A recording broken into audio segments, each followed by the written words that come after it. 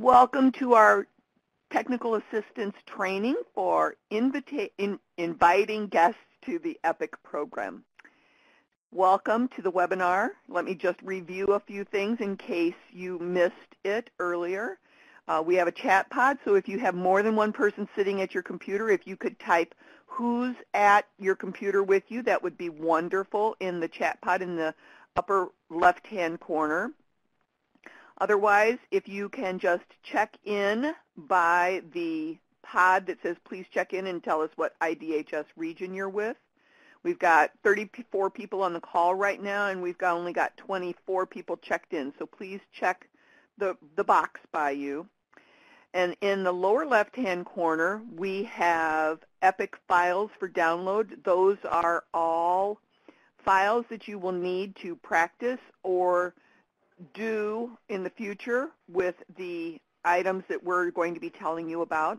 If you click on the item, the download file button will pop open, and you can click that. It will open up to a new browser window, and you can then come back to the webinar. It will be there for you to download. You may want to turn off your computer speakers if you are hearing an echo, if you are on the phone line. If you do have a challenge with hearing on your computer speakers, you are welcome to dial into this number that I'm typing into the chat pod right now, and you can then listen and or participate at a later point when we open up the phone lines. Okay, so what we're going to do, please don't forget to check in the pod here, in this pod right here. If you can check that you're with Region 1, that would be great, so that we know who's all on the call, because this is our check-in. So if I'll move that back, so if you can check in there. And what we're going to do now is we're going to start with a brief presentation, PowerPoint presentation. This is in the file pod in the lower left-hand corner, so you're welcome to download that so that you have this for your future reference. And so we're going to do a quick EPIC overview, and we don't want to take up too much of the time of the presentation here, but we do want you to understand how and why EPIC came about. So the first thing we need to know is that EPIC is a pilot program. We were one of 10 states across the nation that completed an RFP for this, and we were granted an award. The purpose of the pilot is to see if SNAP participants' employment and earnings can reduce their dependence on public assistance by participating in this program. And the Farm Bill, so Food and Nutrition Services, part of the United States Department of Agriculture, hired an evaluation team to do the testing to see what the end results are. As you can see here from the map, Illinois is one of those 10 states. And you can see there's very populous states and not so populous states, urban and rural. What we hope to learn is, for the people who participate in the pilot program, are they finding good jobs? What is enabling them to support themselves without being dependent upon public assistance? What services are most useful for the clients? What do they find most helpful? What are the experiences that we gain that we would be able to share with other states or areas down the line? We, as the state of Illinois, were awarded $21.9 million overall, and of that $21.9 million, $19.5 million have been allocated to the community-based organizations who will be providing the training and services to the customers. And from now on, I'm just going to call those community-based organizations CBOs. There's a collaborative partnership between all of these people who are participating in the program to make the program a success for all of our DHS customers. There's 5 regions across the state of Illinois, and of those 5 regions, portions of those regions are being used for the study. And as you can see from the numbers, we have a total of 5,000 people, 2,500 in the EPIC services and 2,500 in core services, who are going to, in the end, be recruited to participate in the program.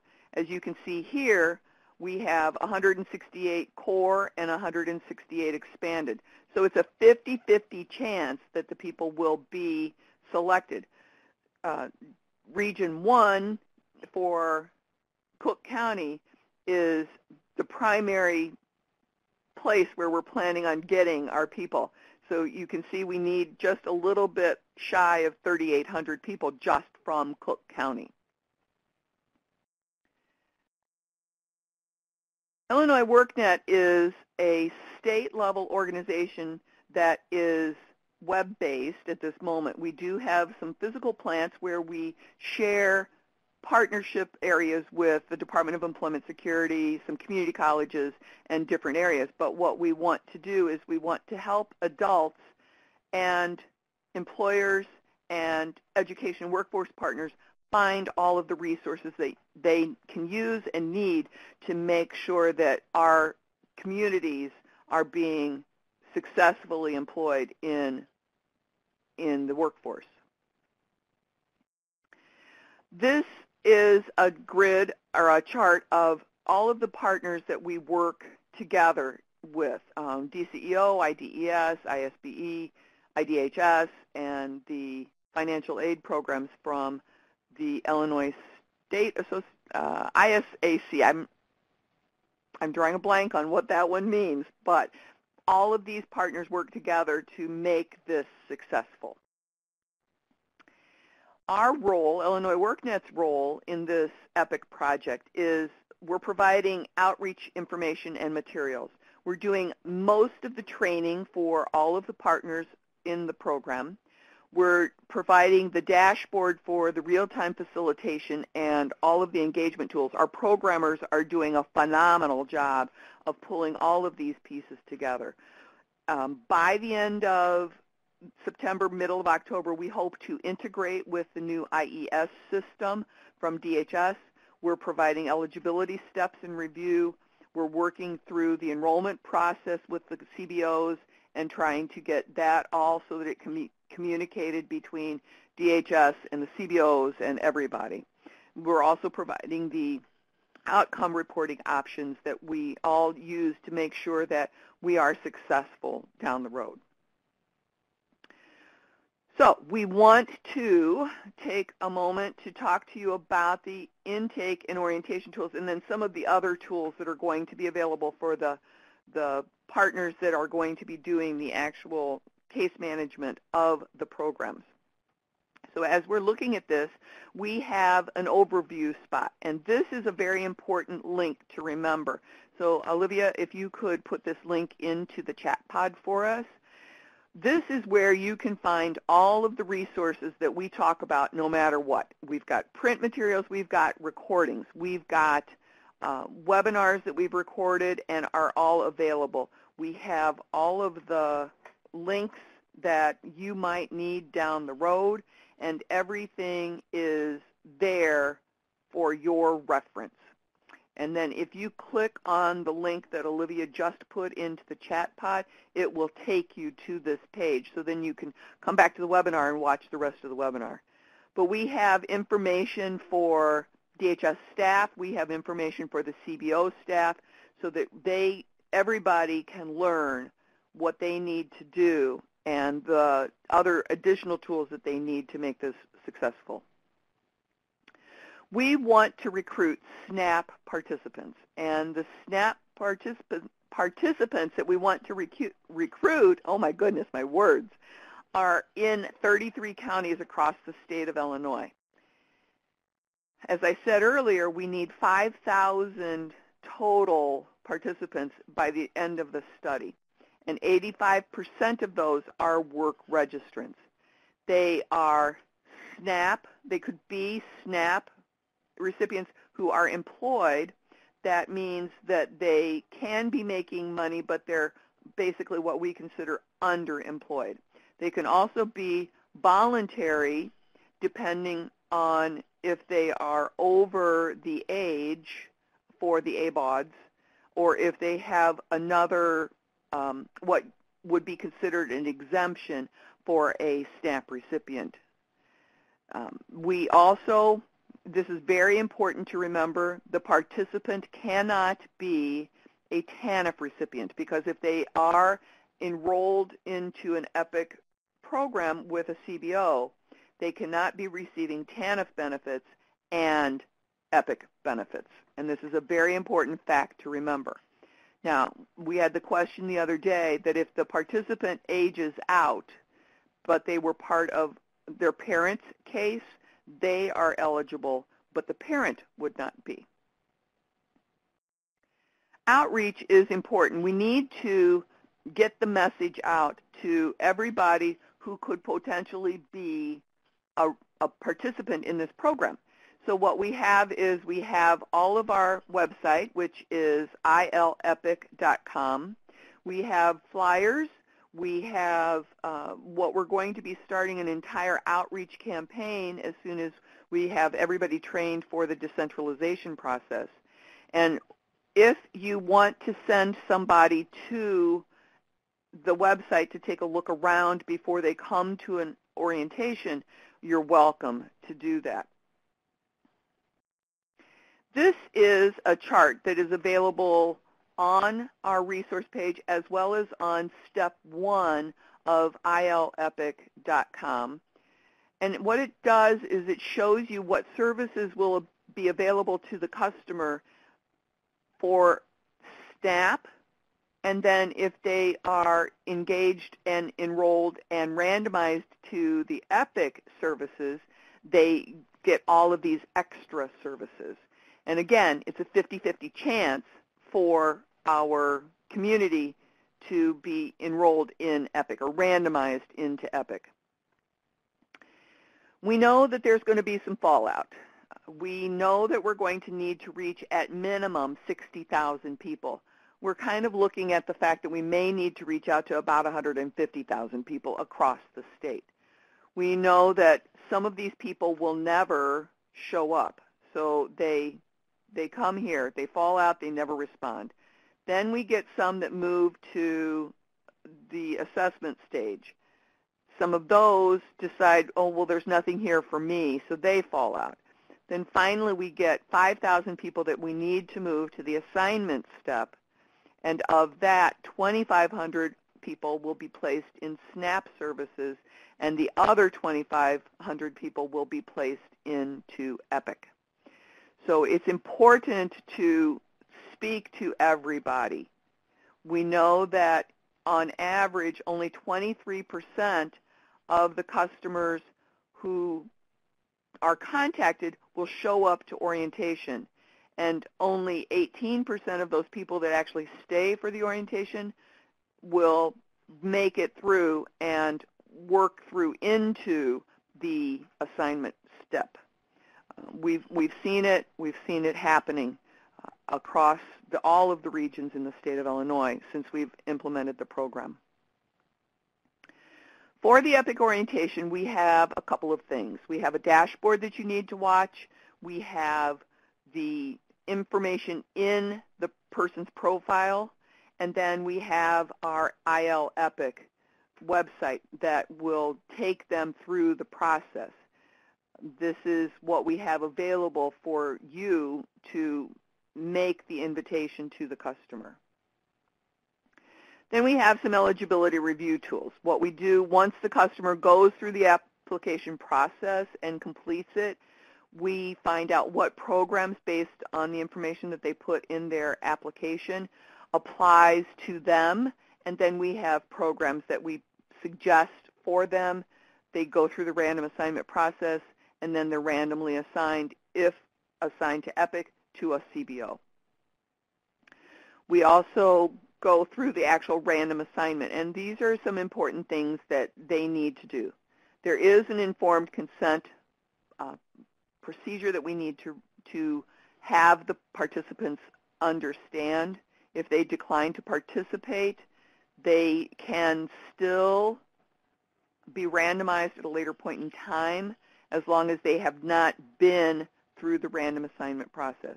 It's a 50-50 chance whether they are randomized for EPIC or for the traditional SNAP ENT services.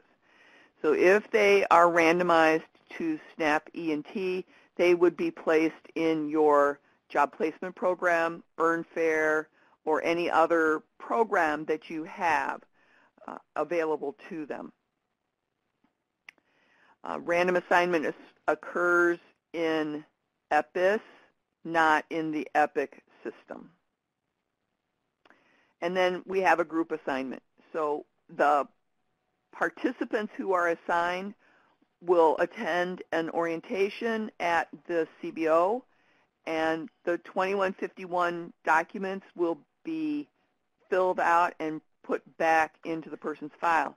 So the CBOs can then communicate with the DHS staff through the EPIC website dashboard. So our next steps are that you need to have an Illinois WorkNet account set up as a partner.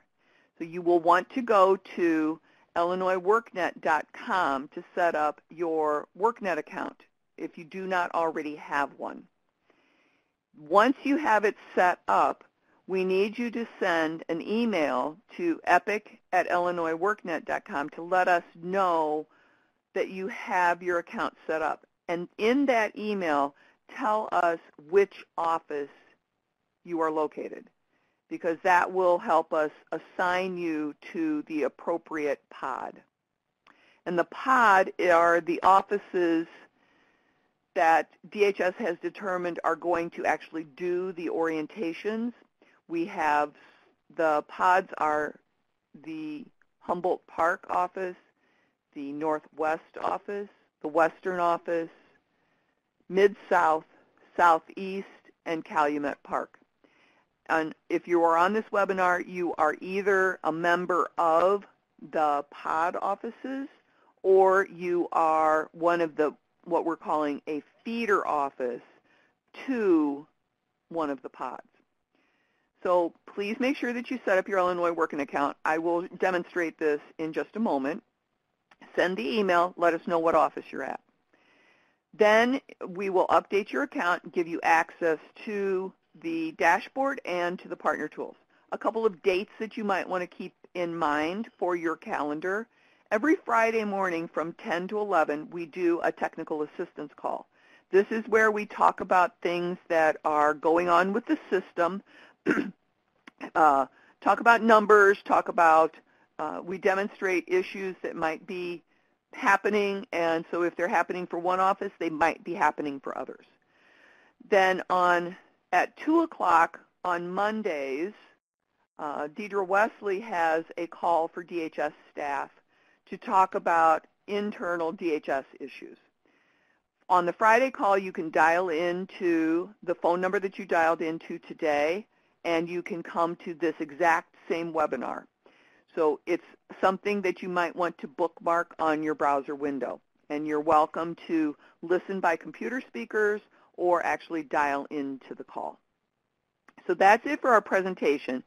Do we have any questions from the audience? I see Alex wrote, to be clear, the Illinois WorkNet account is set up only if you are a designated office. What office are you with, Alex?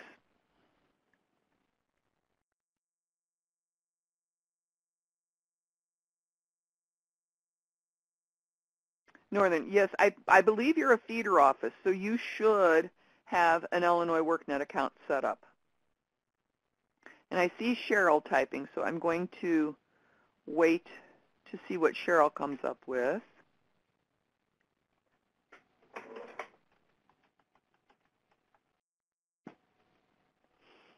And I don't see, okay, there's Cheryl said, when will Calumet Park be set up to receive, I think that's what she meant, EPIC clients? I'm going to be doing training at Cal Park tomorrow, and after everybody is appropriately trained, we will start receiving and scheduling customers for September 6th.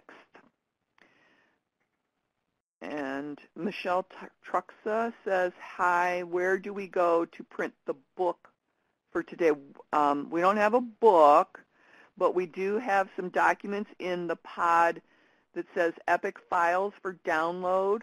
It is just below where you typed. And if you click on each of those items, it will open. It will give you the option to download the file. It will open to a new browser window, and then you can come back to the webinar. And let's see.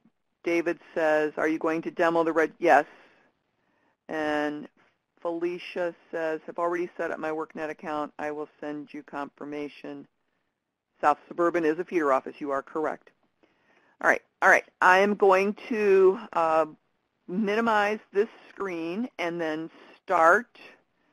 I'm going to start showing you a couple of things on the website. Let me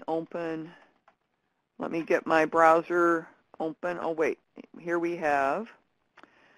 Camilla, you were on the webinar the other day. It would also be nice if we can get information about the people we need to contact, work with at the EPIC pods. I had a client yesterday and needed to ask questions of someone at the Southwest. Southwest is not part of a pod, but I had no clue who to contact. We do have a contact list that we are building as we are doing the training, Camilla. So as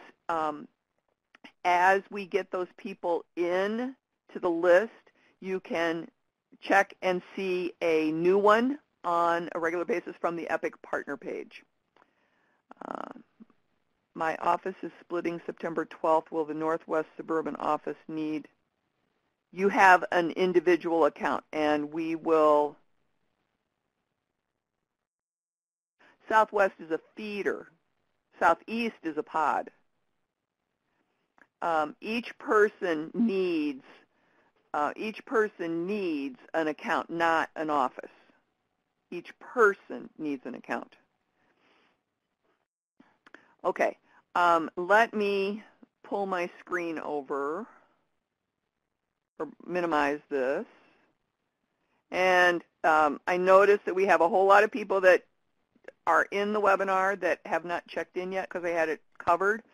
So we need you to check in by region so that we can see who's there. And I noticed that I think Betty's been busy typing all the people that are there in her office with her, so we will grab everything out of the chat pod as well. Oh, Linda's been busy typing, sorry. Okay, so now I'll give it just a second here so that you can check in this pod right here. So just check the circle by region 1 if you did not already check that.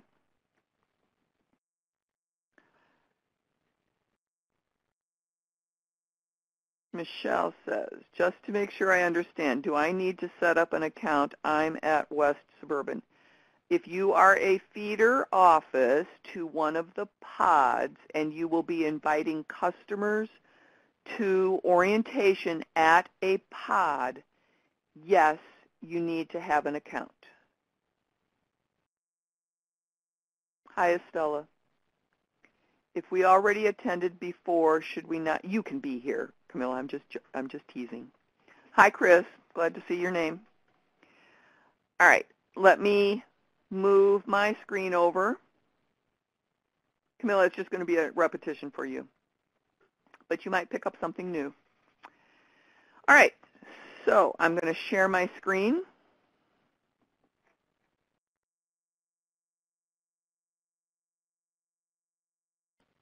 And let's do a show of hands if you can see my screen? Just raise your hand with the little man at the top of the screen. Yay! All right, so we're going to clear some results there. This is the EPIC website. So what we will be doing is, this is where everybody goes when we do orientation. So as you are looking at this, there is a box here for the menu, and if you click on this, you can go, you're welcome to go through each of these steps just so that you see what your customers will be doing. Under number 2, step 1, I'm sorry, we'll just start from the beginning. Step 1, we have all of the orientation videos. My suggestion is to you to watch the videos.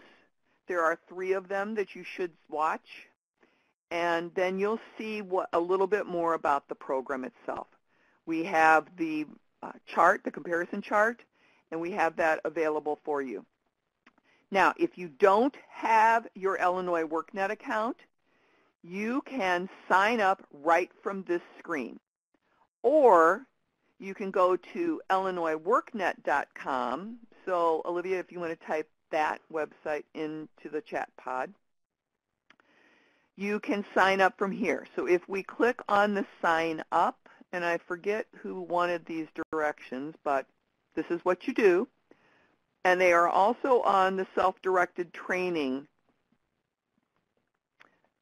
handout that is in the file pod below.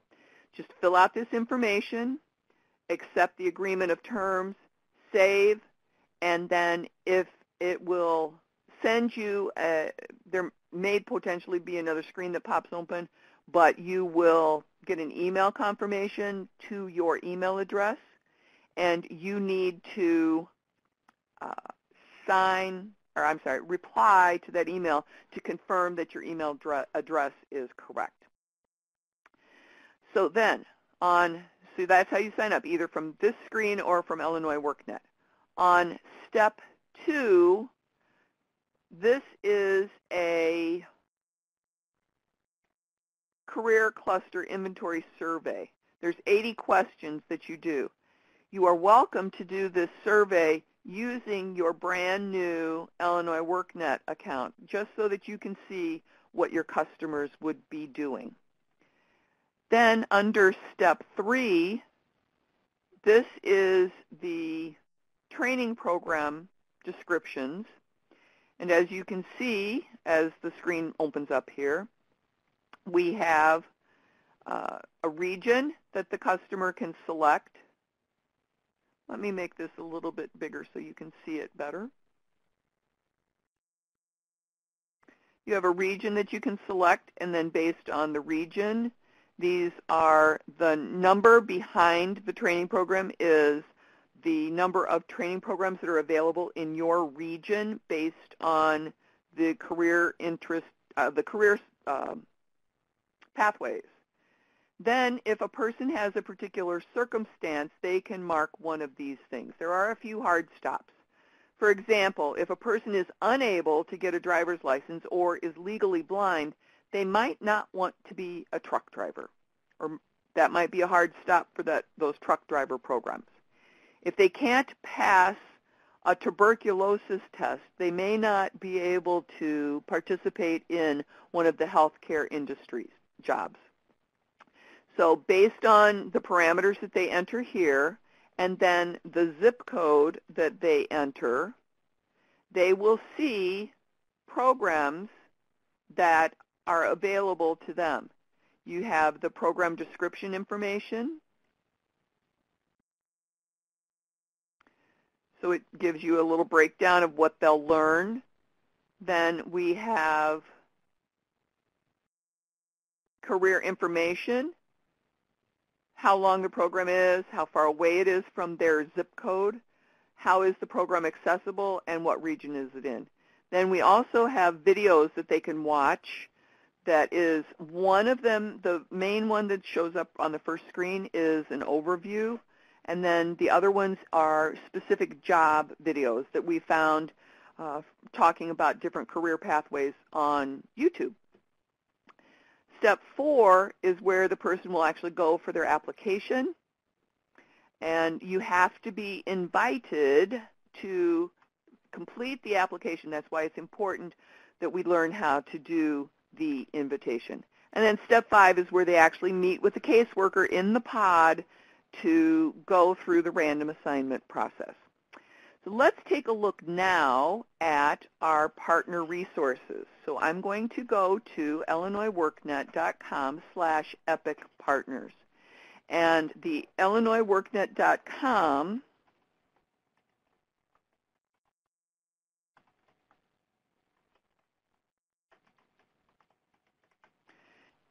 that link that I just put in there is the short link for the link that Olivia put in earlier. So this page is where you can find all of the information, all of the help that you need. If you click on this big EPIC over here on the right-hand side, it will take you to ilepic.com. And then if you click on this link right here that says EPIC Partner Dashboard, it will take you to the dashboard. Jesse asks, do pod workers have different emails in the WorkNet? Jesse, I'm not sure what you mean. You enter your DHS, your Illinois.gov email address, and that is normally going to be your username in Illinois WorkNet. Does that answer your question? Okay. All right. So then, as we're showing you here, we have a full list of resources that you can click on. I'm going to show you the whole front page, then I'll do some clicking around. We have some restricted resources. This means you have to log in to access these resources. We have training materials and videos.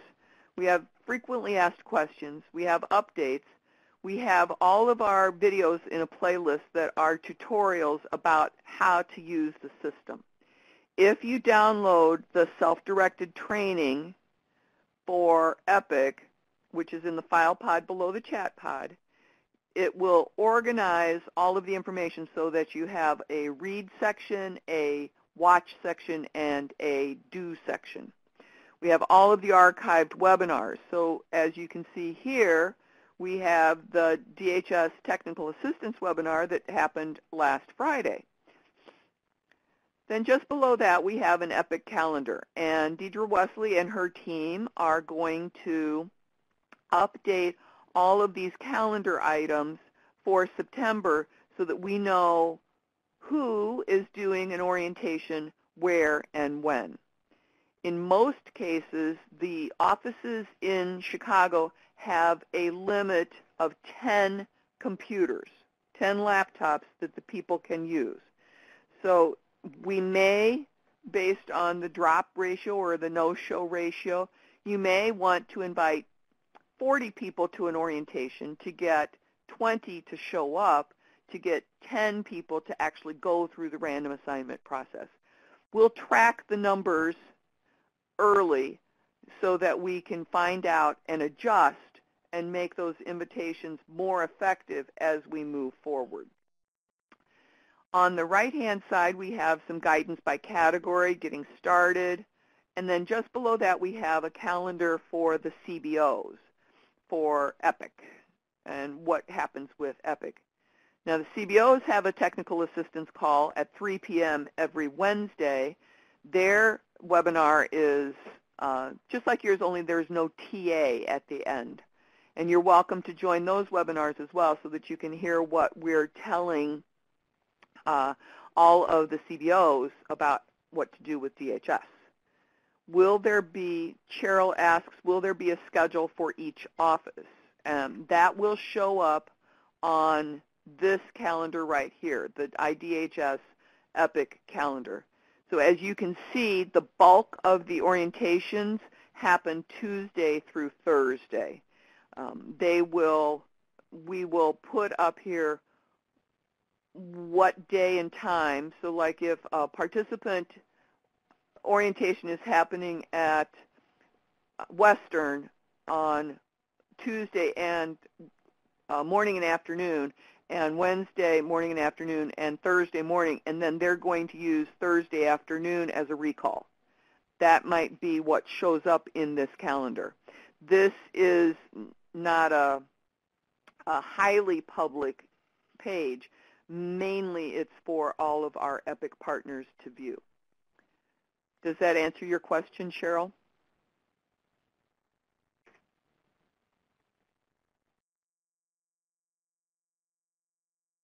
I see Tiffany typing. No, okay, so what's your question? Hi, Tiffany. We met yesterday, didn't we? If a customer is not accepted into EPIC, the worker at the pod will refer to one of the JPPs, correct? That is correct. And I see Cheryl typing.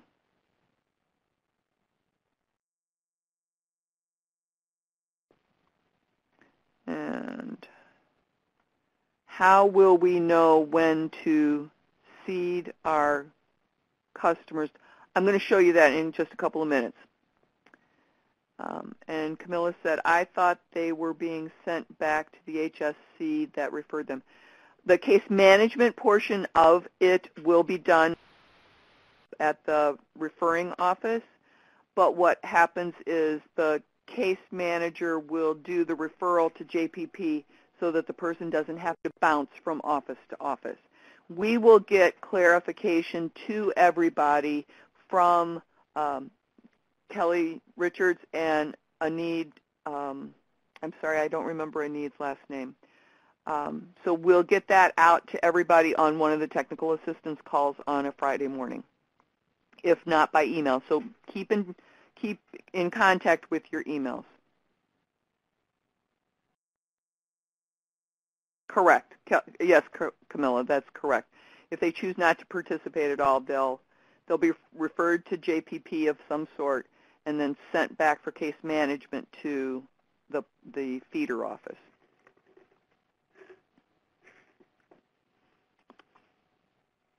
Okay, let's move on now to some of the filler pages here on the partner resources. If we go to our full list of resources, then we see a list, just like a full list, and most of it is sorted by what you need to do or who you are and then what you need to do. This list is in alphabetical order, and then we have other resources by presentations in order date so that this information is available. So like if there was an in-person meeting, what we gave out at the in-person meeting. Then we have the restricted resources. You do have to be signed in to access those restricted resources. So I'm going to log in.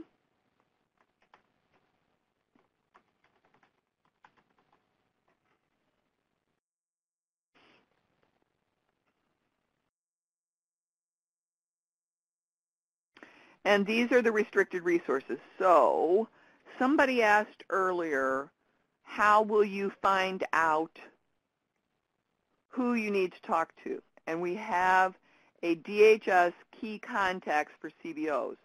And that may say CBOs, but that is our most current list of who's in what office. And then we have also the pod and feeder list because we know we needed the CBOs to know who they need to send their reverse referrals to and what office will be closest for them.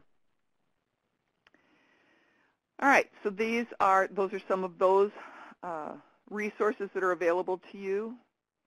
And then we have training materials and then the frequently asked questions. On the frequently asked questions, if you don't see what you need, you can sort by audience or subject, and there's a whole lot of information here where we've been gathering information as we go along. But if you don't see what you need, you can click on the submit your question, put your email address in, pick what category, what the subcategory is, and then type your question in here. And if it's something that we need to tell everybody will add it to the FAQ. If it's something that's specific, then we will contact you directly. One thing that you do need to know, you cannot communicate with anybody by email with the person's personally identifying information. So if you have invited the customer to orientation, they will have an Illinois WorkNet ID. I'll show you that in a moment. You will communicate with us either by the DHS case ID or by the WorkNet ID. So now, if we go back to our partner guide, we look at our main page, and we see how we can get to our dashboard. So if we click on our dashboard, it will take you to a screen to log in. I don't want to go to my login screen because I don't want to show you live data. So I've already logged into test. Let me make this page a little bit bigger. Too big. This is where you will land once you log in. You will land on the customer page and customers. There's two things here that you need to know. When IES goes live and we are able to sync with them, you will be able to invite customers just by looking up their name under the DHS invite. If you want to find any customers right now, you can look for them right now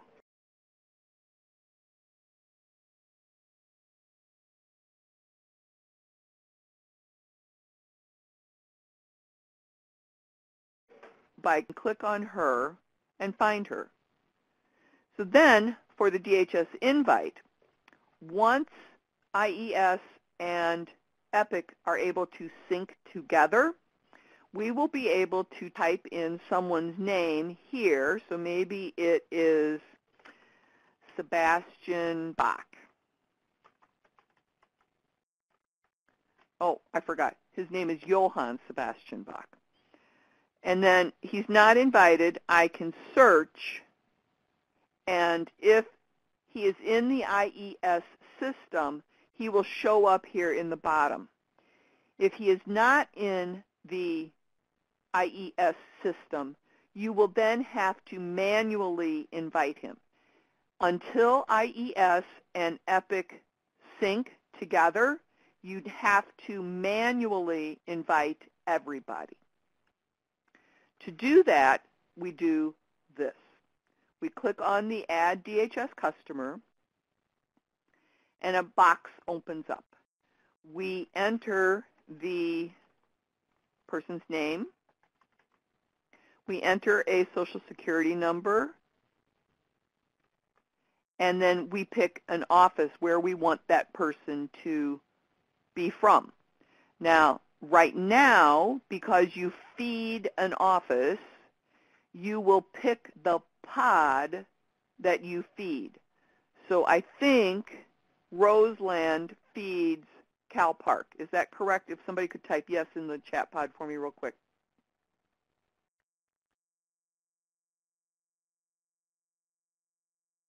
Yes, okay. So I'm going to pick Cal Park right here. You have to enter a RIN number. So my suggestion to you is, if you're inviting somebody who is not sitting there right in front of you, have your DHS screen open on one monitor, have EPIC open on the other monitor, because then you can copy and paste, getting the proper information into the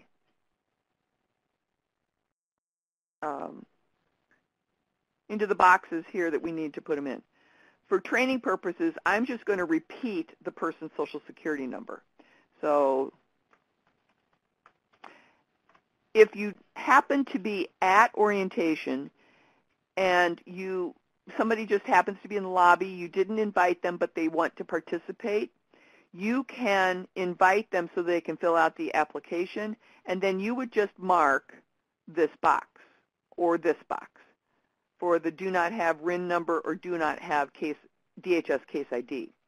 Just remember, they cannot be randomized until those two numbers are filled in. Then you can enter a case ID number. You can enter a birth date. The customers must be at least 18 years old. So it's just like going into a liquor store to try to buy liquor or cigarettes. You have to have, your birthday has to be at least this day in this year. So they have to have been at least August 23rd of 1998. I'm just going to pick August 1st. Enter their address. And then their zip code. And we have 60642, I'll pick. And then you have two options. You can add the DHS customer, or you can add an invite. Let me show you what happens if you add the DHS customer. They will show up in this list right here below the name, and then you can click invite from here. So if you happen to click the wrong box, you can still find your customer. But there's all of these people that have been added to the list but have not been invited. So if you click the add and invite customer, it takes them to the same screen if you click the invite box here on the left, on the right-hand side. It shows you their name, their date of birth, the last four of their social, the address as you know it, their RIN number from their case file, and their case ID from their case file. If you click in the date, it will give you a calendar of the potential dates moving forward. And then if you hover over a day, it will tell you, it will show you how many appointments are already scheduled for that day. We will set, somewhere in the system, we will show you on a chart how many people are able to be scheduled for that day. And we'll have to do some tracking just so that we can give you a suggested number. And that will be based on the calendar information that we have in the calendar. We'll try to put it on a chart and also in that information that's on the calendar. So here I see that I have 8 people scheduled for the morning, 6 people scheduled for the afternoon. I'm going to look at the 31st, and I see that nobody's scheduled. So I'm going to pick the 31st, and then I'm going to pick morning. Then I'm going to go back and click invite. Once I click invite, the system checks to see if that person already has an Illinois WorkNet ID based on the Social Security number that you enter.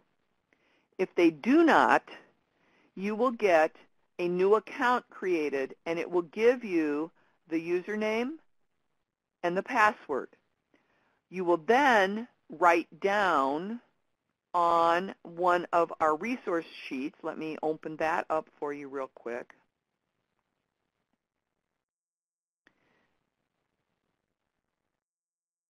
It is the Customer Orientation Handout in English.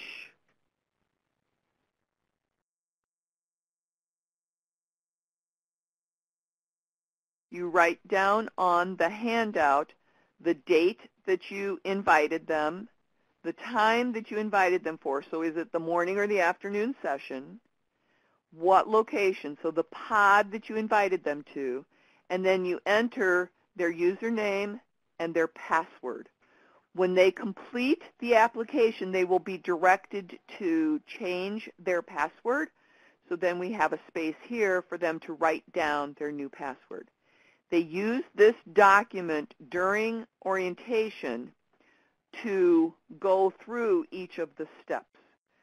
So what you can do is two options. You can save this sheet with their information and put it with a document, or you can mail it to the person with their 1721. On the 1721 that you create, based on the information that you put in there into the invitation, you do need to include that the potential orientation, if they stay for the entire time, could be up to 3.5 hours. Please make sure that you include that time parameter on the 1721 with the date and the location. The pods can then download a spreadsheet so that they can see what the username and password is based on the day. The only thing that they will not know is when the person is scheduled, morning or afternoon. But we know from experience that not everybody shows up at their scheduled time. We have a question from Uptown. Are all 5 steps on this form completed at the pod, or some of the steps done independently prior to the appointment? They're all done at the pod. All right, so I'm going to close this invitation. And then what you need to look at and what you need to be able to see is, did your invitation go through? First thing that you would do is look at the DHS Invite tab, and if your person is still in the list, as you scroll down, so I had Sebastian Bach, his name is no longer there, so that means his invitation went through. The next thing that you want to do is, especially if you invited a whole list of people, go to the dashboard, intake dashboard, and then you want to look at the scheduled for orientation, look at that number, click on the number. It will give you a list of people that are scheduled for orientation, and you see that Sebastian Bach is in there. Now, as we get moving on this, there will be a whole lot more than just 15 people in that invited to orientation. So you may need to filter by pod. So I would look at Cal Park, and I might want to look at the advanced search and look for an orientation date. And then click search, and that filters my list. So I see Sebastian Bach right there. Now, if you happen to have invited the person and you didn't have their RIN or their DHS case ID, you can then go back to their profile, click on the Profile Details tab, and the second item down is Update DHS Information. So you can update a RIN and you can update a DHS case ID. If you discover that the Social Security number is wrong, you do need to contact us at EPIC, and I'm going to type that in here, at Illinois WorkNet. Whoops, I got that wrong. And that is where you will send any technical questions that we need to help you fix. Please remember that you need to communicate with us by either other participant ID or by DHS case ID, SNAP unit ID. We do not want you to communicate with us by their name. All right, Tiffany wants some clarification. All 5 steps, oh, we just answered that.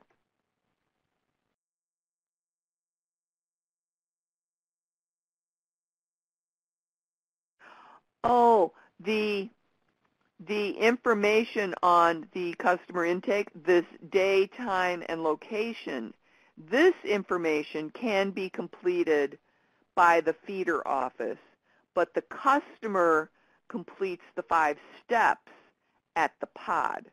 So I'm not sure that I understood that initial question properly.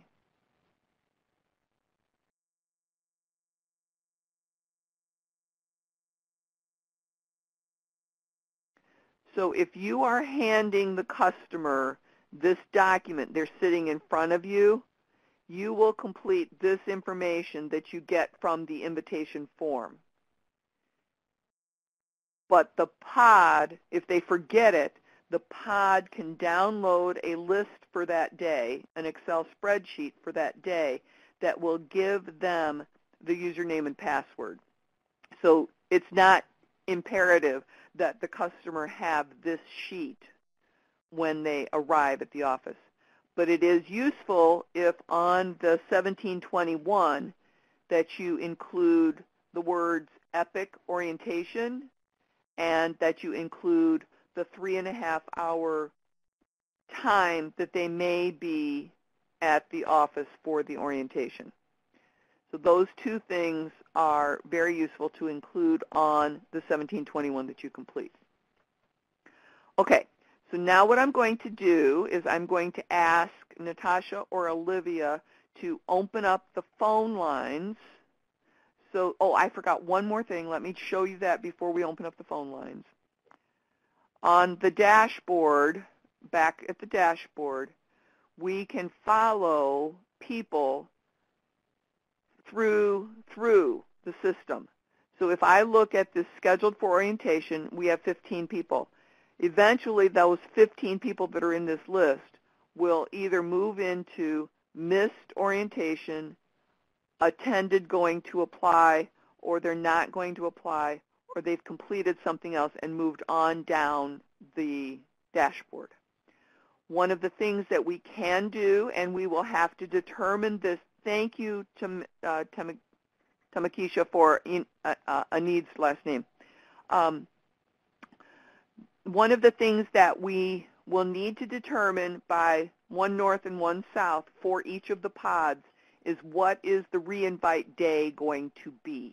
What is that day? What is that time period? So, because, as you can see here, I have 160 people that missed orientation. So of that 160 people, I can filter by day and time. So I can look by office who missed orientation for Cal Park, and I can ask who missed orientation by August 22nd. Then I filter this. I do a search. Nobody did. So that's a good thing. But if there was a list of people in here, I could re-invite them.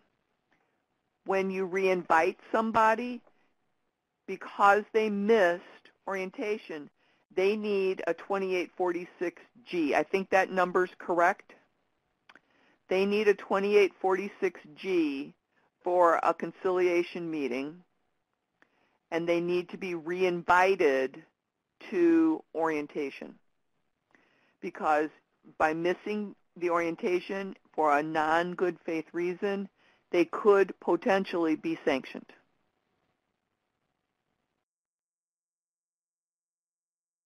Okay, so now let's open up the phone line. So Olivia or Natasha, whoever started the call, if you can open up the phone lines. Your microphone has been turned on. The re-invitation might happen based on the pod or on the feeder office, if you recognize your people's names. Okay, do we have any questions from the audience that we can answer that I might be able to show you directly? You can ask them now, and remember, you are being recorded.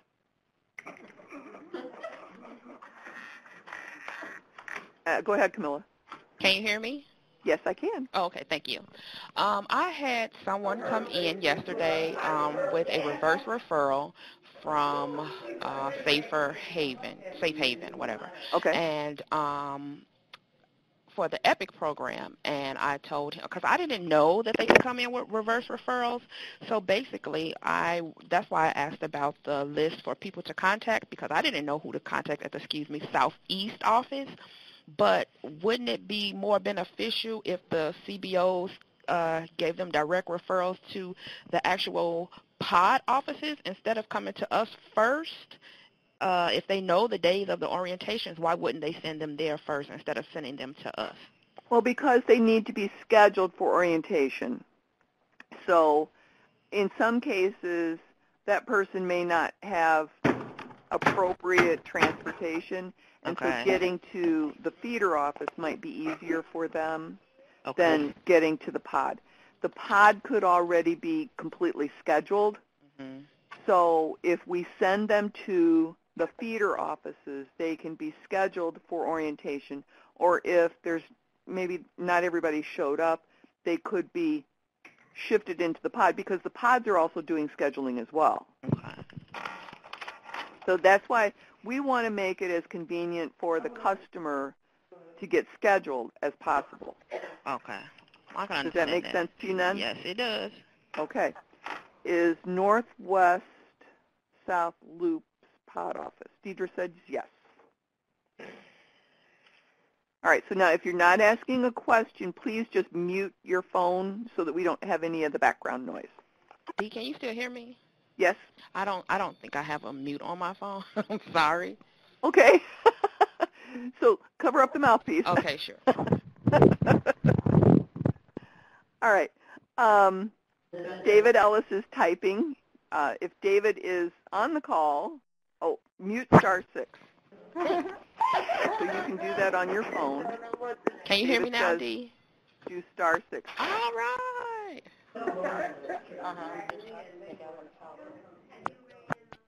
Okay. Okay. All right. Who else has a question?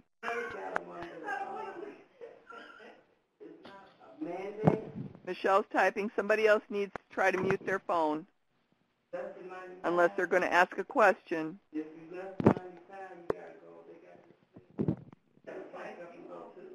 Who else doesn't have their phone muted, unless you're going to ask a question?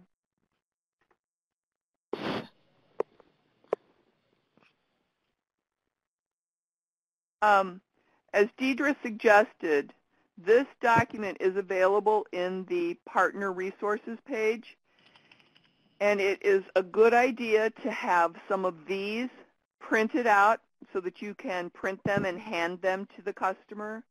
The other document that I would make sure that I had on hand for the customers is from Step 1 and also from the Partner Resources. You may want to have, we do have some available in some of the offices, but not in all of the feeder offices. This is the flyer. So you may want to print some of these for your customers. This is the most current version right now. The ones that you have in your offices may have the 59th Street office printed on there. When we printed our flyers, we didn't realize the decentralization was going to happen. So we have a couple thousand of those out there in the field that we need to use up. The other thing that you might want to print is this document, which is the comparison chart, just to have that on hand for if somebody is interested, you can show them what the differentiation is. But please remind them that it is a 50-50 chance of them being assigned. Michelle asks, I think I'm a little confused. I'm looking at Deidre's email, and it says I need to sign up before going to her training on the 1st. Do I put in my birthday and No, you need to sign up for an Illinois WorkNet account. That is what we did. Let me get to the top of the page here. Oh, I guess I need to log out. Let me log out so that I can show you. The sign up is to get that Illinois WorkNet account, and you can either sign up here by clicking on sign up, or you can go to illinoisworknet.com and do the sign up. So that's what that was. And you enter your information so that we can assign you to be a workforce partner in the system. Uptown says, the invitation process, is it simply we help them register on Illinois WorkNet? That's the recruiting process? No, the invitation is in EPIC, and it's giving them access to complete the IL EPIC application should they choose, after attending orientation, to proceed to the random assignment process. Because the customer can get to this website publicly. They can go through each of the steps. But if they get to step 4 and they want to complete the application, if they enter just any sort of random information, if I enter my username and my password, it will tell me that I have not been invited. It says right here, let me enlarge this for you. It says, your account has not been invited to take the EPIC application. Contact your IDHS caseworker manager if you think this is an error. So, Uptown, that's what the invitation process does. Does that answer your question?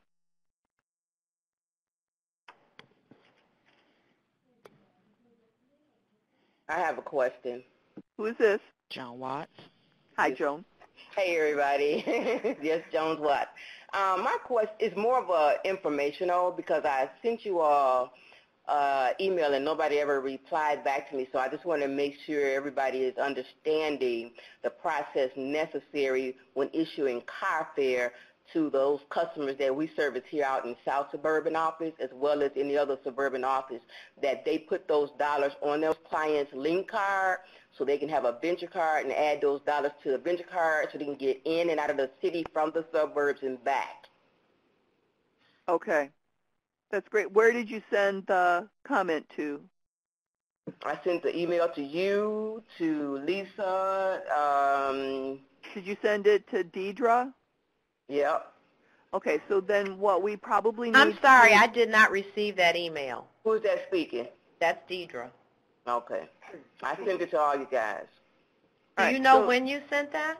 I'd have to go back to my computer downstairs and look, but at this point... What was your name again? Cheryl Jones Watts. Who? Cheryl, C-H-E-R-Y-L, Jones hyphen Watts, W-A-T-T-S.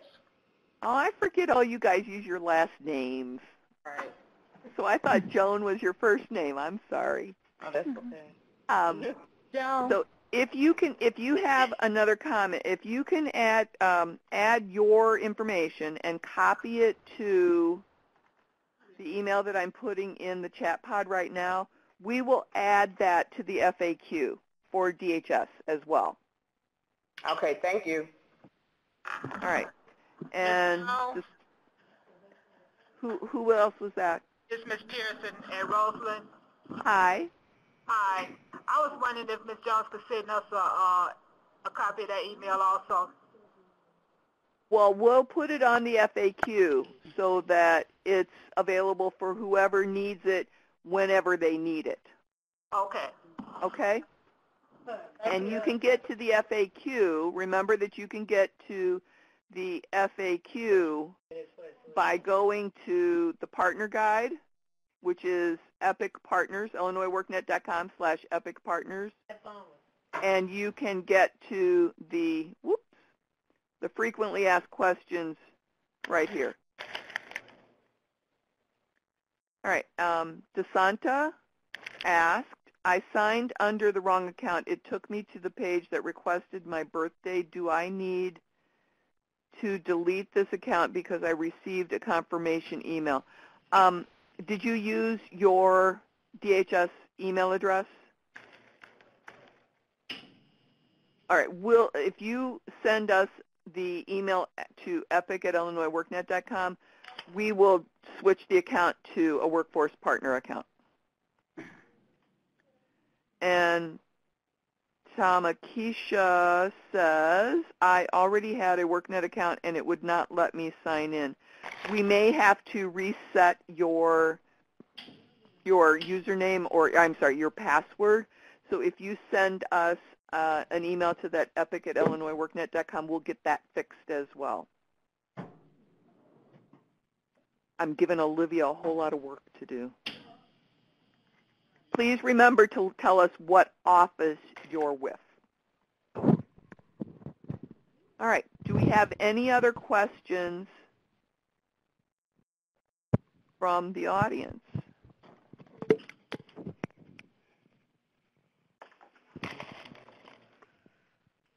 All right. And just to clarify, was it the *6 or the *7? Can you hear me speaking, Dee? Yes. Oh, well, it's not working, Dee. I'm going to try one more time. Hold on. Can you hear me? Yes. No, it doesn't work, Dee. Okay. Okay. So, Tamakisha, as long as you sent that email, we'll get that fixed for you. Okay. I don't see anybody else typing. I'm just confused. I'm sorry? I said I'm still confused. I'm sorry. What are you still confused about? Like it says, I keep on clicking on Deidre's link, and it keeps on taking me to the IllinoisWorkNet.com, and then I click sign up, and then that asks me for my name, my birth date, email, confirmation, zip code, secret question, like I was a client. I'm supposed to sign up? Oh, I mean, you still need to put in all of this information. So it's still asking you, because there's still information that we need to get from you so that we can identify you as a specific person. So this is from IllinoisWorkNet.com, and then you click on the sign up button. It's still going to ask you for date of birth, email address, but you're just going to put in your illinois.gov email address. You put in the zip code for your office if you want to, but then put in this other information, and then accept the terms, and then save. Okay, so sign up. So we don't ask you for your Social Security number right now. Mm-hmm. We need to identify you by name and date of birth. And there still may be two Betty Phillips in the world, born on the same day. But one lives in St. Louis or East St. Louis, and one lives up here in Chicago, and one has an illinois.gov email address, and one doesn't. Okay. I see from Betty that it says, where do we find the list of customers to invite to orientation? Oh, good question. We never discussed that. Our target audience are ABODs, which is adult workers without dependent children. Able-bodied adults without dependent children. Those are 18 to 49-year-old SNAP recipients who are not receiving TANF benefits. So they are an ABOD, and they're in your caseload. So and for right now, you're going to have to go into DHS and make it do its magic, and or as you're talking to people when they're sitting at your people's desks, you may need to talk to them right then. Dee, I have a question. This Yes. is Camila. I have a question about what Ms. Phillips just asked, because tell me if I'm right or wrong. To my understanding, the pod will generate the mass appointments that will go into the pod, and that we only refer people as we see them or that's interested in. So we don't have to invite 100, 240, 30 people to those pods, right? Only the people who we basically have contact with who express that interest, or if they come in with a reverse referral. The mass sending of invites will be coming from the actual pod, not us. Is that correct?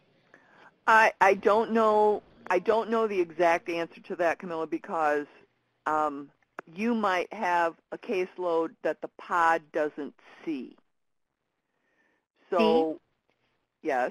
This is Tammy Stone with Commerce, and we've had conversation on that. I think the intent is each of the local offices, you have your own workload, and the priority people to refer first are individuals who are new to SNAP. So say they're coming into your office, they're signing up for SNAP benefits, that they're new to SNAP. It's a great opportunity while they're in the office to say, hey, by the way, we have this opportunity for you. It's called EPIC. It's otherwise, if you're an ABOD, you have to participate in your traditional SNAP ENT services. But the new SNAP recipients and anybody coming in for recertification into your offices are a great target audience for this. Ms. Smith, we don't speak with people who are new to the SNAP benefits. Basically, if they're coming in and they're new, then we won't have access to their accounts for 24 hours. So I don't know what some people are doing, but generally we are getting a printout of their accounts, and then we send for them to come back. Now, when we do send the appointments for them to come back, we put the EPIC flyers in there, but we don't even work with people who are being going through the redetermination process. They will speak with a regular food stamp worker, and then they can tell them about us and tell them about the EPIC program. And then, if they express an interest, then they will connect them with us. But we don't speak with those people at those points that you're speaking of. Okay, I got you. So if you can set up that referral process with them, that's definitely a good way to feed you guys. And then you're in a feeder office that refers to a pod. Then is that correct? Correct. Okay. Yeah. So, some of this BT, since it's this new process, these details have to work out, and I'm not sure of all of the structures up there. But I know that was one of the conversations is, new SNAP recipients and recertifications, because they're coming into the office, is a good time to get them. So if they can be referred to you guys, and then, you can, explain more about the program, and then actually invite them if they're interested in the program. As one resource. And I guess we'll have to talk a little bit more in detail then as far as on the outreach side of it, what makes the most sense for each of you guys' offices. Well, there's a process in place for that, Tammy and Camilla. There's some individuals in DHS that are working on that, so that'll be a standardized process across all of the offices. That's great. Sounds good. And then once we have that in place, we will add that to the partner resource guide just so that new people coming in will be able to see and read that same process. Yeah, that's fine. They're all going to be trained once that process and procedure is in place, and then whatever documentation we have for that we'll provide. And what Deborah Higgins just wrote was it would be her guess that new customers will be referred by intake, and that's probably the perfect way, so that once somebody gets brought in, once they have their SNAP account number, then they can be referred to the EPIC people the next day or two, just so that it just is a sweet flowing process. And also keep in mind our target population is ABODs, but if you have somebody that is a work registrant that exempt, they are also eligible. It's just that, TANF is not eligible if they're receiving TANF in the household. But if you have somebody that's, say, in their 50, 52 and they're really wanting to work, they can be referred to. Okay, so you just heard from Tammy Stone from the Department of Commerce. Let me introduce you to a couple of other names and or voices that you might hear over time on the call. Deidre Wesley has been speaking, so just say hi, Deidre. Hi, everybody. And then we have Olivia Grisham, who is in Springfield, who is doing a lot of the dashboard work and helping make sure that people are in the right place. So say hi, Olivia. Hi, everybody. And then Natasha, are you on the phone too? Natasha Telger is also does training, and she's the brains behind the operation right now. She's making sure that all of the pieces and parts are all working properly, helping coordinate all of our programmers and me and Olivia and everybody else, keeping us all working together. So Natasha, say hello. Hello. I don't know that I'd call me the brains behind the corner. But well, you're the sense maker of everything. How's that? Sure. All right. Well, I think I don't see anybody else typing right now. Do I need to send Deidre a copy of the confirmation email? No, you do not. We just need to know that you've gotten that email confirmation and that you have sent us an email telling us that you have your account and that what office you are with. All right, so I'm going to end our recording, and we do have our technical assistance call on Friday at 10 a.m., so join us there, and we'll see everybody hopefully out in the field. Have a great rest of your day.